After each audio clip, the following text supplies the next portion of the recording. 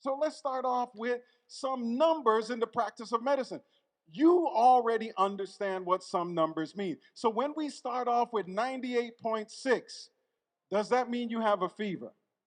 No, you all know that. But when the thermometer says that you have 103.2, you have what is called a fever. And without me giving you any medical advice or coming to my office or asking for a consult, many of you already know when you see this number, you know what to do. Get the Tylenol, warm bath, call the pediatrician or whoever. Can I ask you something? Do you think that someone who has this number feels good or bad? Bad. So the number tells you something. And what we're going to do today is get you to the point where you understand blood pressure like you do a thermometer, because it's really an indication and a measure of something that's going wrong, but also about your personality style. Me and Pastor did not compare notes, but I could tell you right now, if you are a controlling person, you will discover what's wrong with your blood pressure, but more importantly, why they can't fix it, but you need to fix it. We cool? We all right? All right. So, what does 120 over 80 really mean? And I try to get you guys to get interactive with me, because everybody tells, man, you need to get your blood pressure 120 over 80. 120 over 80. What does it mean? I don't know. And most clinicians don't know either. But we're going to change up the terms. In med school, we learned about afterload and preload. That didn't make sense to me. We learned about systolic and diastolic, which most of you have heard. That doesn't make sense to me. But what if I were to tell you the first number, the top number, means resistance? Everybody say resistance. Okay, let me show you what resistance means. Let's say I'm up here at the screen and I want to go to the back of the church. The only thing in my way producing resistance is air. You can see I can simply walk through the air to get to the back because there's very little resistance. Everybody got that? But let's say I want to get to the back of the church and Sister Nola Bryan, I owe her money, and she doesn't want me to leave.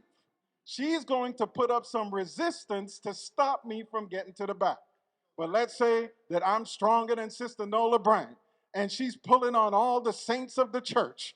That man, though he works 9 to 5, he owes me money. I need a couple of you saints to help me to prevent this man from leaving this building. So she calls on the pastor. She calls on Brother Al. She calls on all of the deacons and the elders in the church to stop me from getting to the back. Now, and her boyfriend. Now, I have more resistance because there's more stuff in the way blocking me from leaving. Does that make sense?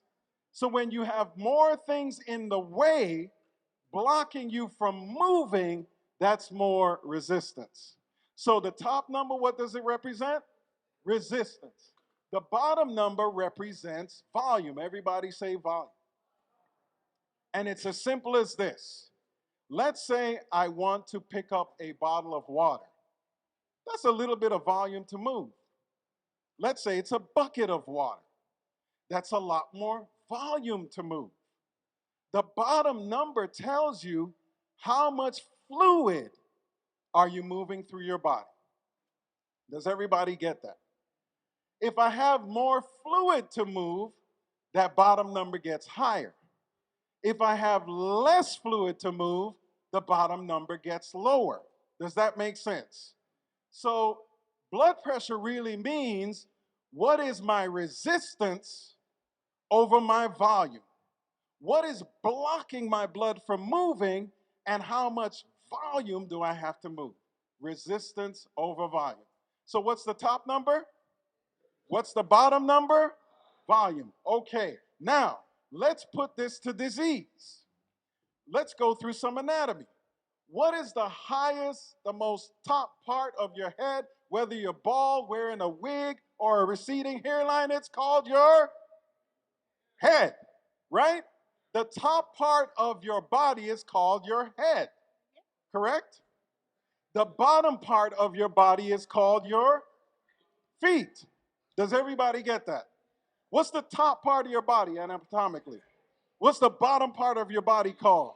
All right, now, so when we look at disease, when you have a resistance problem, most of your signs and symptoms of disease appear in your head.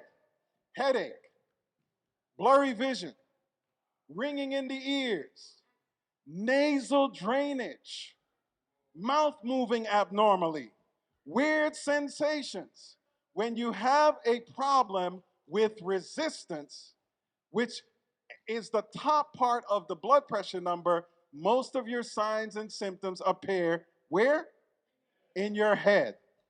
Now, when you have a problem with volume, most of your signs and symptoms appear in your feet. Okay? This is what we call swelling feet and ankles.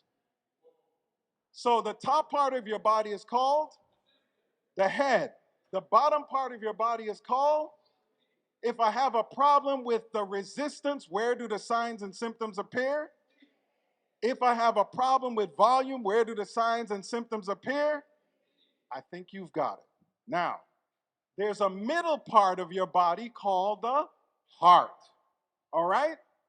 When you have a problem with resistance and volume, you get signs and symptoms in the heart. It hurts. I get short of breath. But let me show you how God is so much smarter than Frank Netter, who wrote the anatomy book.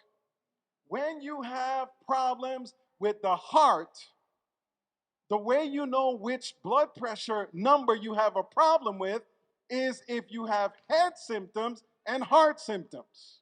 Is everybody getting the visual? When I have a problem with my heart, shortness of breath, cough, but I have a headache. When I have a problem with my heart, but I have visual symptoms, that's problems with resistance. So guess what? The top number is going up while the bottom number stays the same. But here's the other thing. When I have problems with my heart and my feet, that means that I now have a problem with volume. So the heart might be the one that starts the symptom, but your symptoms in the brain or the feet tell you what the problem is. So let's say I have chest pain and I have a headache. Which number should be higher, the top number or the bottom number? Oh my, you're sounding like internist. If I have a heart pain and my feet are swelling, which number should be higher, the top or the bottom? How did you know that? Did you go to medical school and waste $250,000? This is, if you look through the medical textbooks, 90% of what you said will tell you if a person has a resistance problem, a volume problem, or both. If I have systolic heart failure, is that a problem with the top or the bottom? Where will I see most of my symptoms of disease? In my head. If I have diastolic heart failure, is that a problem with the top number or the bottom number? Oh my, where am I going to see signs and symptoms? So if the cardiologist says, well, you know, I'm board certified FACSS, you don't care about all that. What you want to know is the heart failure I have, is it affecting my head, my feet, or both? Do you follow the concept? It's that easy, but I'm not done with you yet.